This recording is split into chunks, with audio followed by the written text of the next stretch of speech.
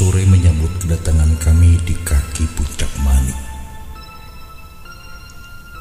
Aku bersama teman-temanku menyusuri jalanan menuju puncak. Dari awal perjalanan, hawa dingin mulai menusuk sekujur tubuh. Aku merasa ada yang janggal di tempat itu. Sesekali, aku memandang keadaan sekitar. Pohon-pohon besar berjejer seperti para punggawa yang menjaga kerajaan. Hari semakin sore. Matahari mulai turun. Sayup-sayup terdengar suara adzan di kejauhan. Suhu udara yang tadinya dingin tiba-tiba terasa semakin panas dan gerah.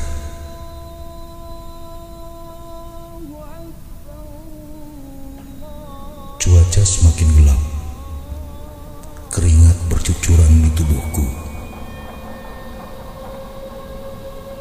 Tiba-tiba hujan turun rintik-rintik, dan semakin lama semakin besar, disertai petir dan guntur yang menggelegar. Anehnya, suhu tubuhku semakin terasa panas. Aku berusaha terlihat tenang, sementara teman-temanku yang lain, mereka sepertinya tidak merasakan apa yang aku rasakan saat itu. Tiba-tiba di depanku seekor ular muncul. Semua panik. Suasana semakin mencekam. Kami berusaha menghindari kejaran ular itu. Kami terus melanjutkan perjalanan, dan kejanggalan pun berlanjut. Ular itu terus membuntuti. Kami pun berlari. Anehnya, ular tadi hanya mengejar aku.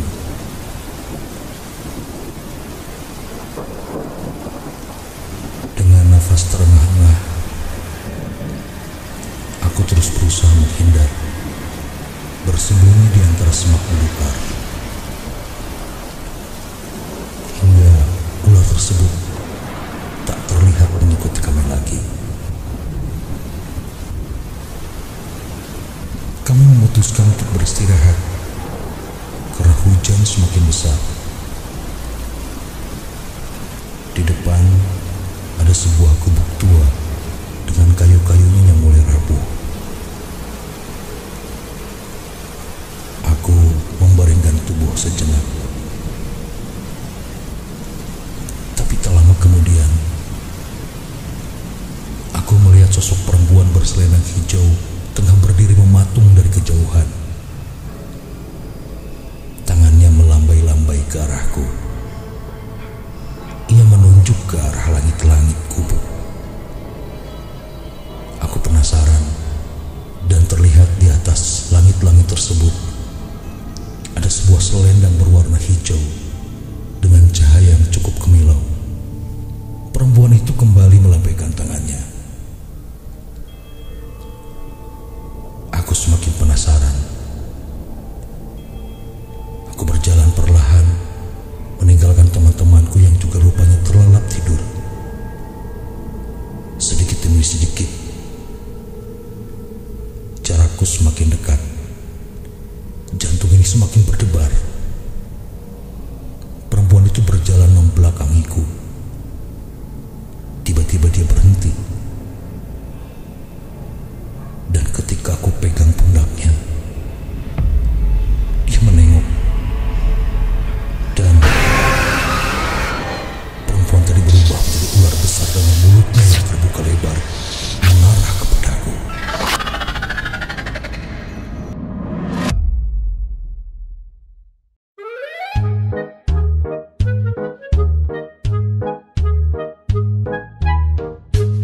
Prokasma, program podcast kita semua. Prokasma, kembali bertemu lagi dengan saya di sini di program podcast kita semua. Dan minggu kedua ini kita masih ada di tema Novemberani. Tadi kita sudah dengarkan bersama satu cerita tentang perjalanan ke Puncak Manik yang dilakukan oleh Kang Fajar. Ya. Kalau boleh tahu Puncak Manik itu ada di sebelah mana sih? Di tengah-tengah desa. Di tengah-tengah desa ya. Desa apa saja tuh? Desa Margamukti, Desa Cimahi, Desa Gunung Sari, sama Desa Cimulya. Cimulya. Itu yang kita suka lihat yang bentuk seperti Gunung Tangkuban Perahu, bukan Puncak Manik itu? Ya, di tengah-tengah. Ada di tengah-tengahnya gitu ya. Jadi itu bentuk apa namanya? Tangkuban Perahu itu satu gunung atau terdiri dari beberapa bukit? Dari beberapa bukit. Terdiri dari beberapa bukit, tapi dari kejauhan seperti terlihat seperti Tangkuban Perahu. Saya baru tahu. Tadinya mungkin saya berpikir itu bentuknya seperti Tangkuban Perahu beneran gitu. Ternyata itu terdiri dari beberapa bukit ya. Ya, oke. Itu tadi ceritanya sedang main biasa ya. Sedang main biasa. Kemudian kemalaman atau gimana? Atau memang ada rencananya bermalam di sana? Ada rencana bermalam 3 hari. Camping biasa gitu, camping biasa. Terus apa aja yang dialami di sana? Pas pertama ke sana sih biasa-biasa. Saya kayak biasa. Terus pas habis maghrib udah ada beda gitu. Hawanya berbeda. Apa panas, dingin atau gimana?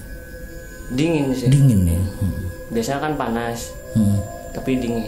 Tapi yang itu ketinggian berapa ya? Mungkin dingin karena Ada 800. Kurang dari 800, masih sekitar 500-an gitu ya. Di atas permukaan laut. Itu memang cuacanya beda. Logikanya di atas bukit itu kan logikanya memang dingin gitu ya. Dingin. Apa yang membedakan dinginnya cuaca biasa dengan dinginnya yang berbeda?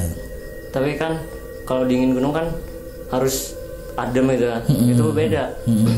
Cuacanya panas, tapi hawanya dingin. Cuaca panas tapi hawanya dingin. Jadi panas dingin ya. Panas.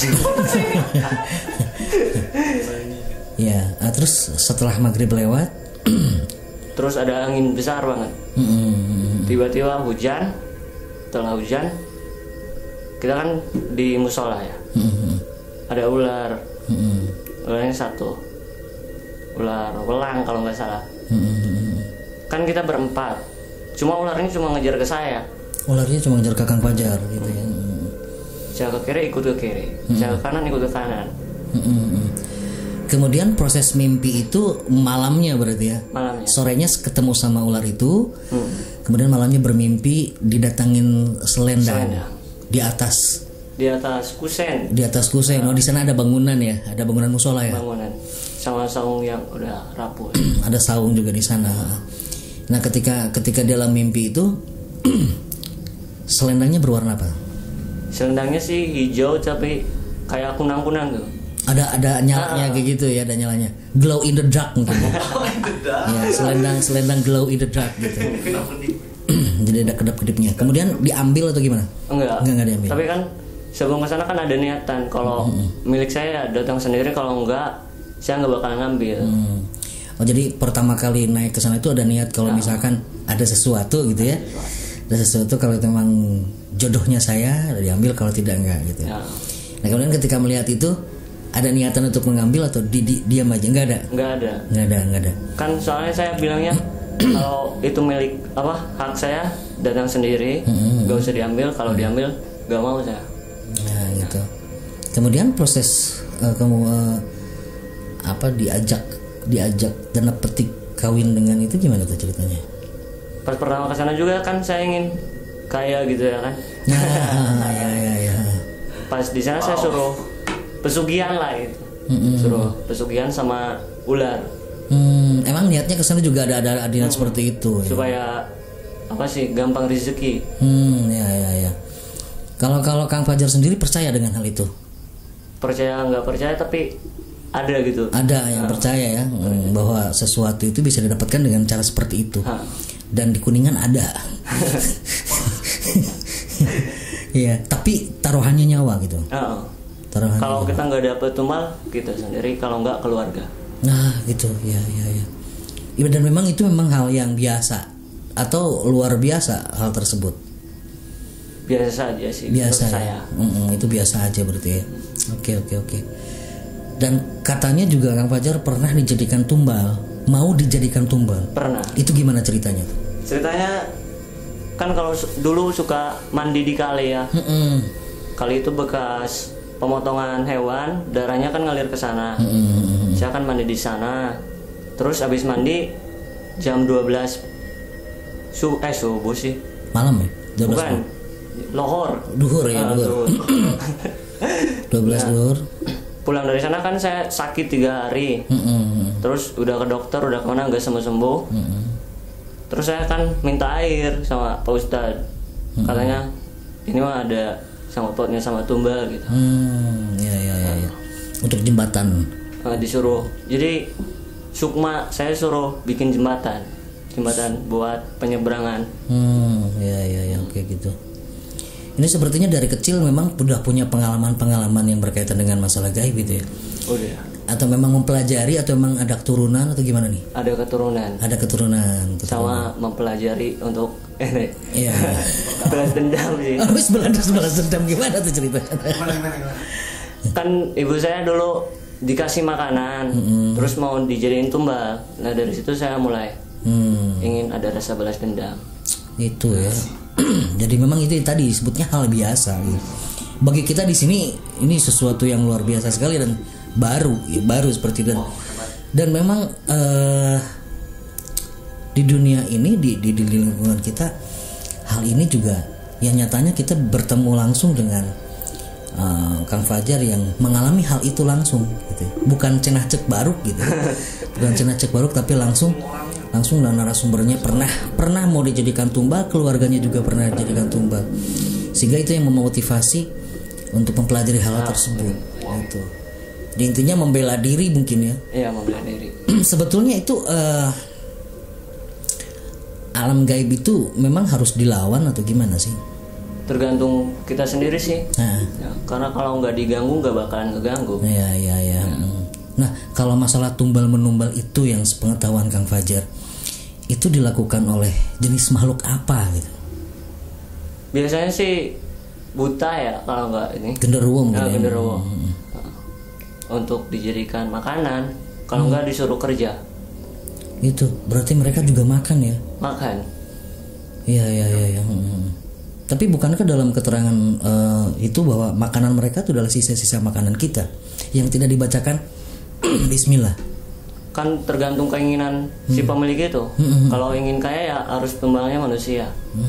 Gitu ya. Ya, jadi ini tipu daya ya. Tipu daya setan, tipu daya itu untuk apa namanya? Menjerumuskan manusia untuk apa sih namanya? Musyrik ya, kemusyrikan gitu. Tapi tadi Kang Fajar mengatakan mempelajari ini untuk membela diri agar tidak terjadi ke keluarga dan tidak terjadi ke diri sendiri. Agak serem juga sih ya. Iya. Agak serem juga sih. Masih ada hal tersebut. Tapi itu pembelajarannya apa saja nih pembelajaran yang pernah dipelajari oleh Kang Fajar? Ada banyak sih kalau diceritain apa ya. Contohnya buat ke cewek juga ada. Oh, ke cewek juga ada. Perpeletan ya. Perpeletan. Oke. Ya. Tapi itu menggunakan apa jangjawokan atau memang menggunakan ayat-ayat jangjawokan ya. Seperti contohnya ada yang dulu itu sering kita dengar sima aing sima maung gitu ya. Maung datang aing kabur. contoh jangjawokan.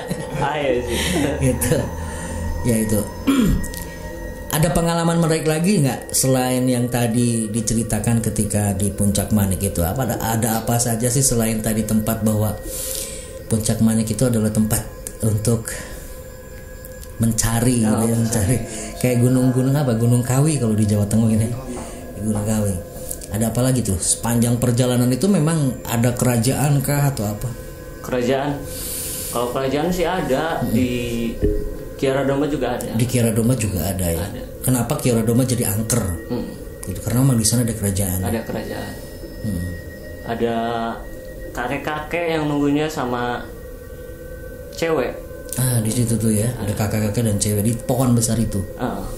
Di pohon besar itu. Cuma kakek-kakeknya cuma bawa merah delima sama tongkat awi kuning sama peti. Nggak tahu petinya peti apa. Itu berarti dari mulai pas tanjakan? Dari bawah. Oh, dari bawah ya, dari mulai ya pas tanjakan itu kan. Terus ke atas belokan ke Cimahi sama lurus. Itu wilayah teritorialnya. Wilayah. Kalau lurusnya sampai mana tuh teritorialnya? Sampai ke Bendungan kah atau sampai mana? Enggak, kalau Bendungan beda kerajaan itu. Beda kerajaan. Ya. Ternyata kita di lingkungan kita ini ada kerajaan-kerajaan yang tak kasat mata dan kita tidak bisa melihat.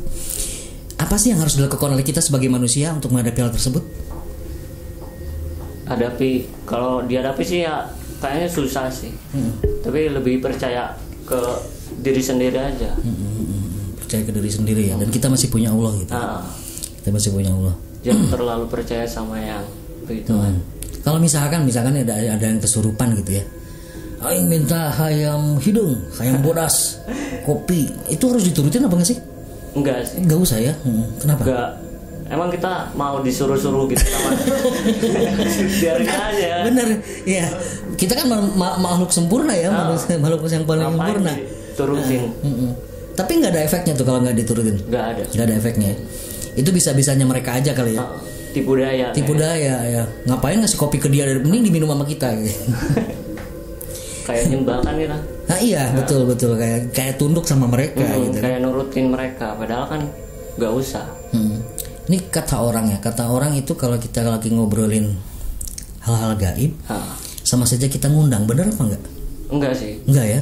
Kan ada versinya. Ada yang disambat kan, bahasa Sundanya disambat. Ada yang emang jahil datang sendiri.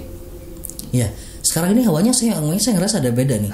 Sejak tadi kita ngobrol di sono, saya ada ngerasa beda. Itu dari mana tuh, energi dari mana tuh? Kalau itu? Nah, energi dari Kang Fajar atau energi dari lingkungan di sini? Lingkungan sih. Lingkungan ya. Dari lingkungan. Apa nggak terjadi tabrakan antara lingkungan yang ada di sini dengan yang punya Kang Fajar? Mungkin. Karena kan saya dari Banten sih. Oh ya gitu ya. Iya. Belajar udah sampai ke Banten nih? Enggak, guru saya belajar dari Banten.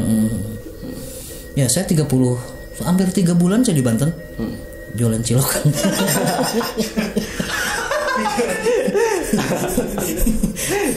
Iya biar kita nggak terlalu tegang ya. Kemarin kan tegang banget ya. Itu. Itu Kadugalan berarti. Memang betul ya dari Banten itu adalah Kadugalan atau? Ada juga Kesemaran, Kadugalan. Ada berapa macam ilmu sih yang Kang Fajar tahu selain tadi apa untuk ya ada Kanuragan, Kadugalan, terus apa lagi tuh? Perbedaannya juga apa? Dan perbedaannya apa aja? Perbedaannya sama aja sih, perbedaannya tergantung kita ngegunainnya. Karena Hodam tuh kayak kita, kayak manusia.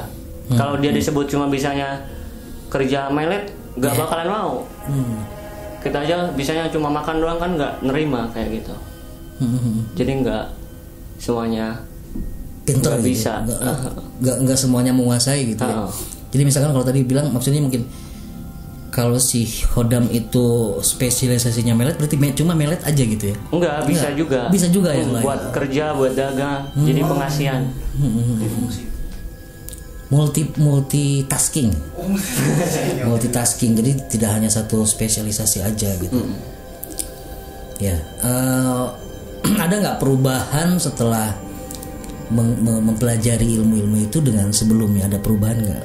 Ada. Apa yang dirasakan Kang Fajar? Ada hikmahnya, ada juga buruknya. Gimana tuh, boleh diceritain? Kalau buruknya sih, kalau kita kemana-mana suka ada yang jahil, suka ada yang ngejajal lah, ngetes gitu. Kalau hikmahnya sih bisa jadi penglaris ibaratnya. Jadi kita yang kerja, dia yang mikat. Kita yang kerja, dia yang mikat. Gitu. Tapi kita diperbudak nggak sih sama mereka? Tergantung kita. Kalau kita percaya sama mereka, kita diperbudak. Kalau enggak ya. Jadi Kang Fajar sekarang sendiri bisa menguasai mereka dalam tanda petik ya maksudnya bisa menguasai mereka gitu. Karena belajar, Pak. Belajar ya, belajar. Artinya bisa mengendalikan mereka gitu. Bisa. Bukan mereka mengendalikan kita. Enggak. Oke. Pang ada mau nanya lagi nggak, Pang? Itu sih ya tadi kan yang membuat tertarik masuk ke dunia kayak gitu kan buat balas dendam ya. Sementara itu kalau mempelajarinya itu gimana sih? Kalau mempelajari sih pertama ada faktor keturunan. Kedua, gampang jadi kalau faktor keturunannya. Nyari gurunya. Gampang nyari gurunya, tinggal ngarahin aja. Ngarahin. Karena sudah ada bahan di diri kitanya ya.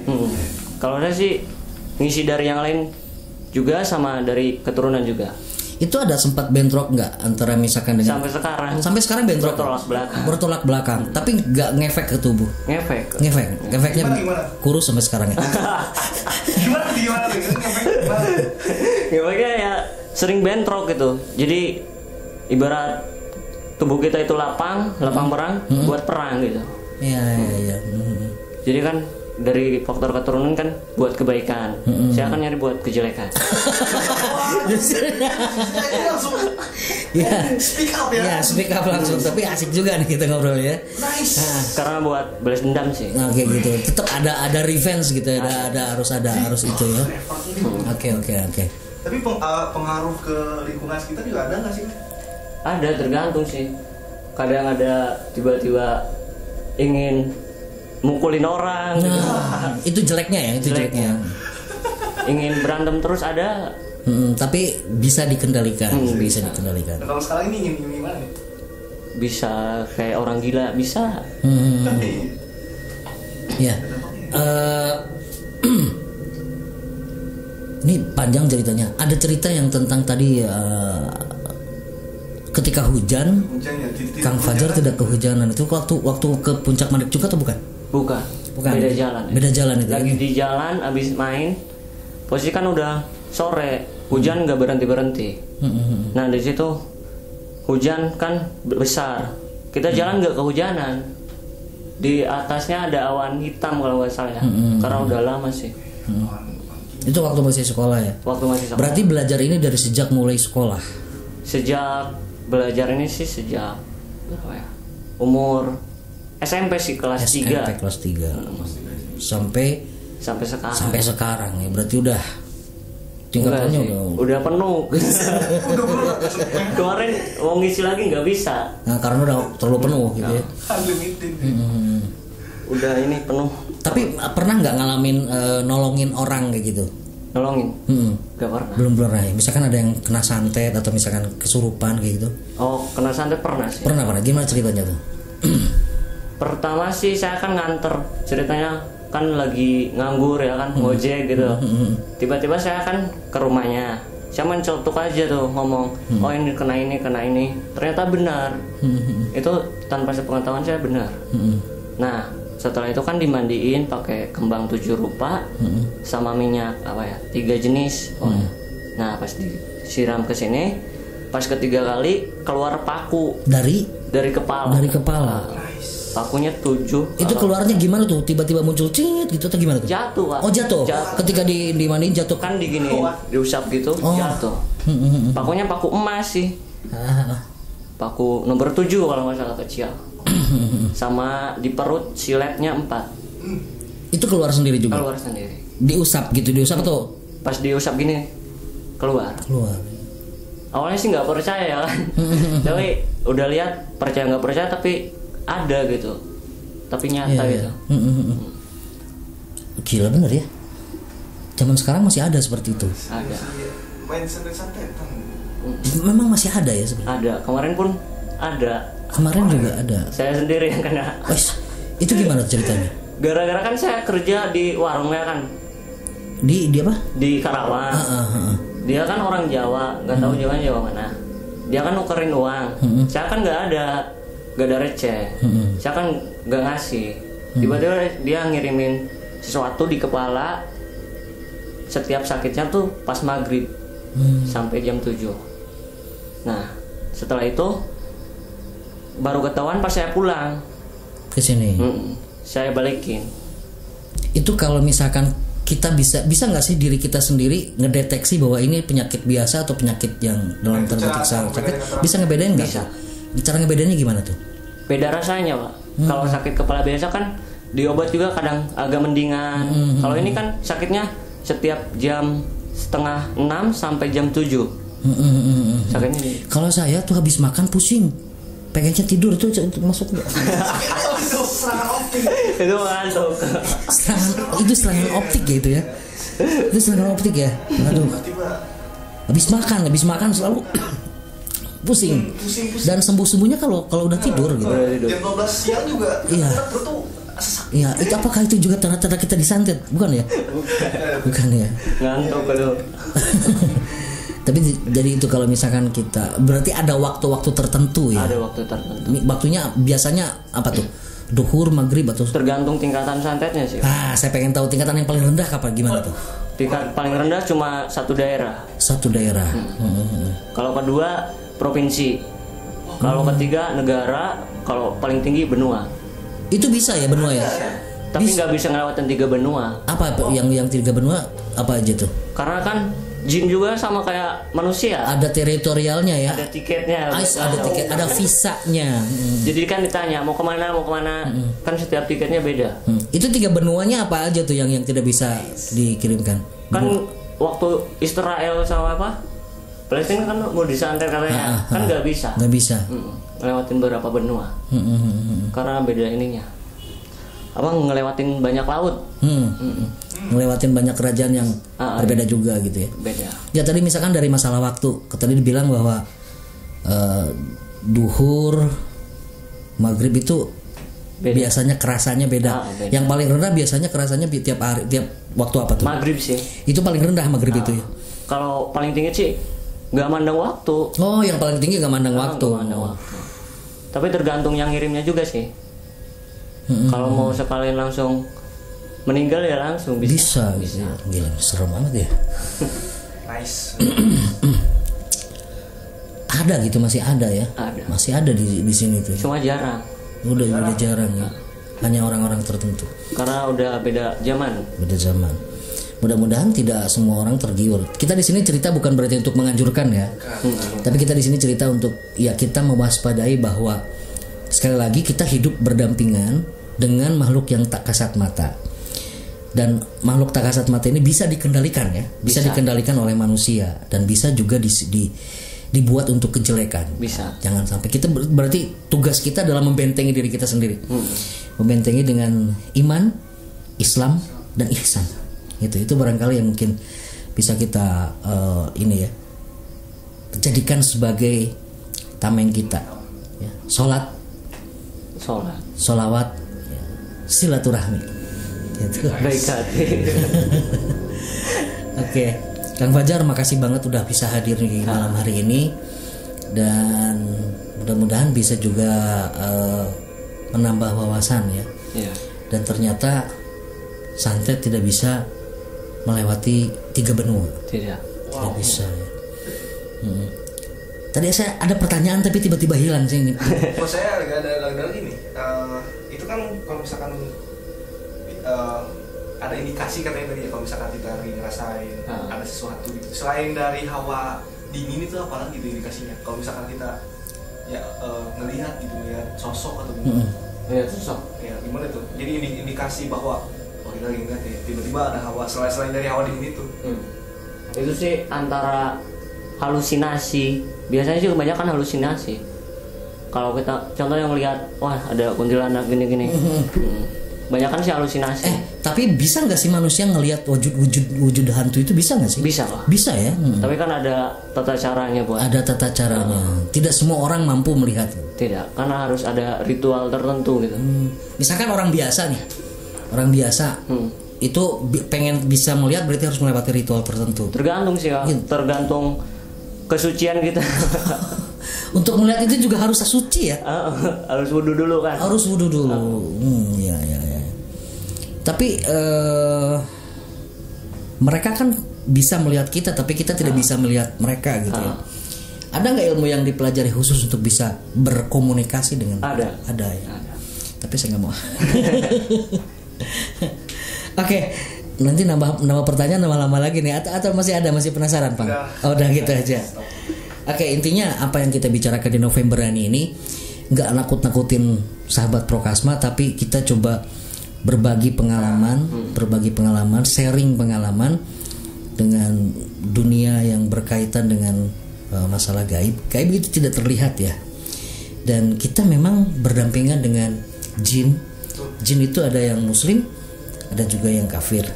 Ya, sebaik-baiknya jin muslim sama dengan orang yang jahat di muka bumi ini.